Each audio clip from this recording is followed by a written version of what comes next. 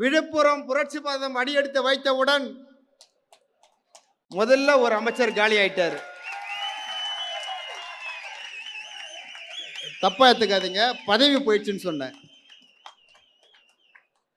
இன்னும் எத்தனை அமைச்சர் லிஸ்ட்ல இருக்கிறாங்க. கடைசியா 24 நாடாளுமன்ற தேர்தல் வரத்துக்குள்ளாக இந்த ஆட்சி கவிழ்க்கப்பட போகிறது. சட்டமன்றத்திற்கும் நாடாளுமன்றத்திற்கும் ஒரே தேர்தல் நடக்க போகின்றது.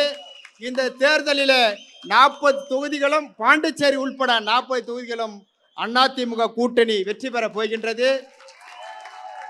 அனைத்து சட்டமன்றங்களையும் வெற்றி பெற்று அண்ணன் எடப்பாடியார் அவர்கள் 2வது முறையாக அரியணை ஏற இருக்கிறார்கள். முதலமைச்சராக பதவி ஏற்க இருக்கிறார்கள். இன்றைக்கு யார் யாரோ ஏதேதோ சொல்லிக் கொண்டிருந்தார்கள். அதிமுக பற்றி ஏதோதே பேசிக் கொண்டிருந்தார்கள்.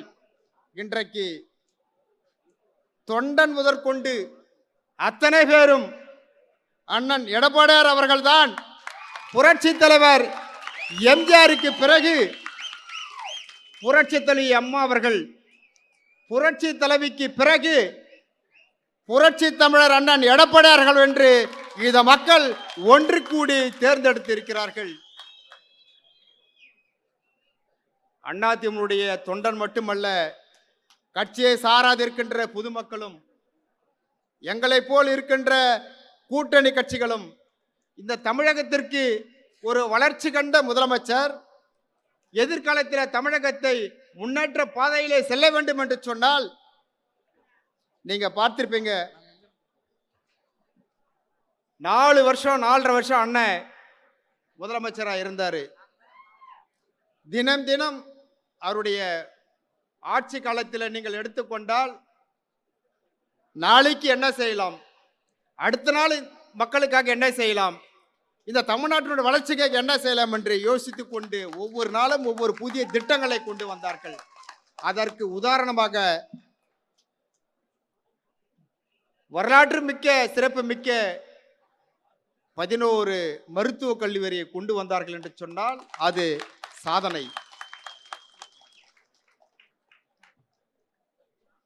பாமரனும் நகரத்தை தேடி செல்வதற்கு பதிலாக அவரவர்கள் இருக்கின்ற பகுதிகளிலேயே மருத்துவம் பார்த்துக் கொள்வதற்கு அம்மா மினி கிளினிக் என்று ஒரு மருத்துவமனை உருவாக்கி கொடுத்தார்கள்.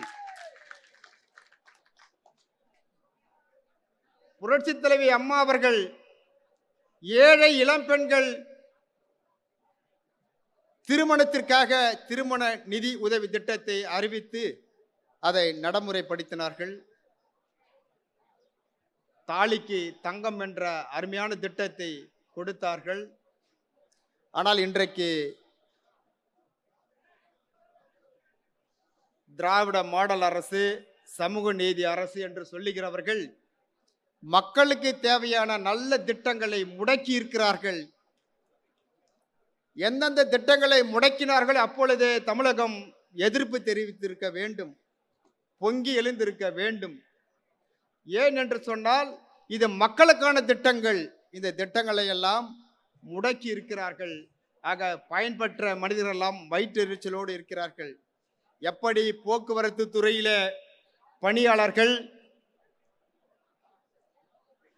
கிட்டத்தட்ட வருட கணக்கில் ஆகின்றது பணி ஓய்வு முடிந்து, இன்னும் கூட அவர்களுக்கு அந்த பணி பலன் கிடைக்கவில்லை. பழைய ஓய்வு திட்டத்தை கொண்டு வருவேன் என்று ஏமாற்றி வாக்கு வாங்கிய இந்த அரசு இன்னும் கூட பழைய ஓய்வு திட்டத்தை கொண்டு வர மாட்டார்கள். அவருடைய ஆட்சி காலம் முடிகின்ற வரையில் கொண்டு வர மாட்டார்கள். எப்படி பேராசிரியர்கள் எல்லாம் இன்னும் கூட புலம்பிக் கொண்டிருக்கிறார்களோ, சம வேலைக்கு சம ஊதியம்.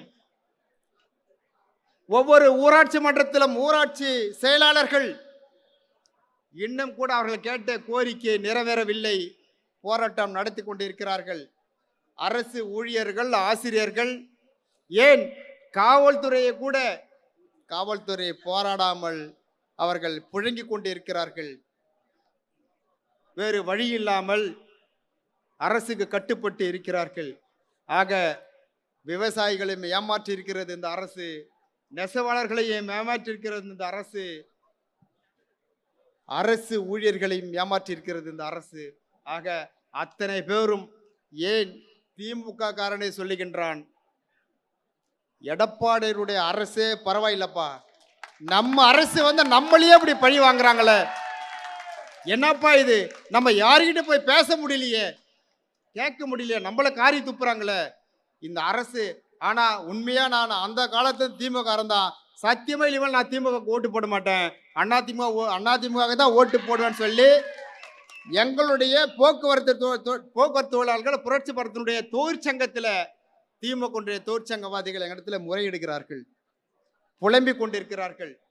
எல்லா துறைகளிலும் இருக்கின்ற திமுக காரர்கள், எல்லா நிறுவனங்களிலும் இருக்கின்ற புரட்சி பரத்தினுடைய தொழிற்சங்கத்திலே சொல்லிக் கொண்டிருக்கிறார்கள். பாதகம் செய்பவரை கண்டால் நாம் பயங்கொள்ளலாகாது பாப்பா, மோதி மிதித்து விடு பாப்பா, அவர் முகத்தில் உமிழ்ந்து விடு பாப்பா. அண்மை செய்திகளை உடனுக்குடன் தெரிந்து கொள்ள இணைந்திருங்கள் இயம்நாடு தொலைக்காட்சியுடன்.